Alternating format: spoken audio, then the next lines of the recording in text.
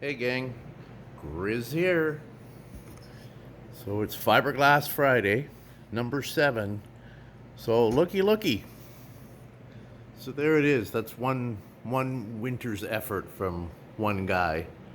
I think it's just over 70. I sort of got screwed up. I think it's like 72, something like that. New pieces on the tables.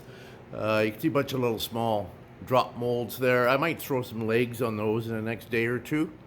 So here, I'll just take a walk around this way.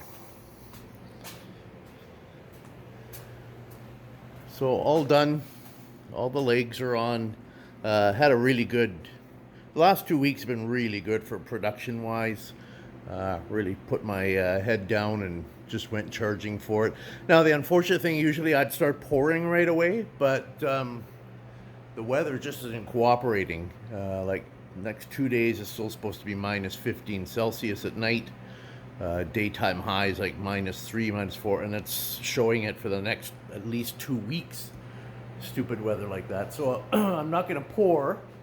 So I'll probably move along onto up top there, those 3 plaster discs up there. I'll put some urethane rubber on those. Those are some spins I did last year. So I'll get some rubber on those and get some glass on it and continue with the Fiberglass Fridays, I guess. Okay, so this week I just wanted to talk about a few things. I posted, Stuck was really interested in this on the forum. Sometimes your leg configuration just doesn't work out, especially when you get into like multiple piece, like if you have a 5 or 6 piece thing, sometimes not even like a 3 piece, just it's awkward to get a good position for the legs. So what you have to do, and it works really well, is just a notch out in the flange so you can continue to line up your piece. So I've only had to do it on 2. So here you can see, just so you can get that sort of tripod effect. You don't have to add 4 legs like a tripod's tried and true. So just keep that in mind. If things aren't lining up, it's okay to cut into your, I would never do it where if you have a side seam, say you had a side seam of rubber coming here, I would never notch out the rubber. But just a straight glass on glass piece with a flange, it's perfect to do a little cut in there. I'll just show you, they stand up good. And they're just fine. Works good. And the next piece I want to talk about is just this little guy, this little cat here. What I did was I had my Dremel out and I was cutting. I just freehand everything quick.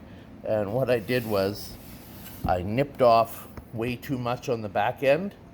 So there was no place to put a support for the leg. And it just, like I said, you won't see, this has side seams with rubber and a side seam. You don't want to notch out into there. So all I did was just put a piece of cardboard with masking tape on it and slid it up beside the bottom flange and just threw some more glass on there. And then in the afternoon, I just added another leg. So now I'll come out and I'll just do a little trim around it. So it's okay, like I said, with fiberglass, it's great. You can always go back and fix glass mistakes, add more glass, take glass away, or restrain if you think your legs aren't strong enough, or you can always go back and add a couple more pieces to it if you think it's not quite strong enough. So just gonna move on to something, nothing to do with fiberglass.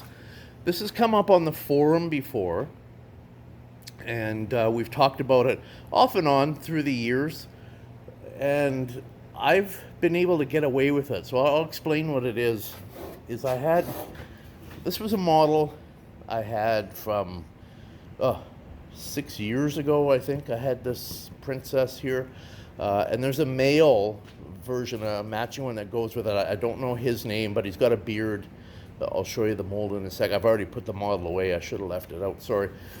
But I came across, I had the single before, and I came across the double set this year at an antique store somewhere in Vancouver, I think. So I bought the pair. I washed them, scrubbed them like I normally do, and probably put 4 or 5 coats of shellac over top. My old one is perfect. Now what happened with these ones is I'm going to show you. Like I said, it has come up on the forum before. Now, can you see this here? Oops. Can you see this in here? This black in here? And it's quite soft and sticky. See, it came off on my thumb there a piece. It's soft, it's sticky. Same here. Here's this little nub. I'm going to try and go out so it focuses better. And it's kind of soft. Can you see how it's soft? And it's really slow to read. It shouldn't be like that. It's kind of punky, soft feeling. Here's the male version here.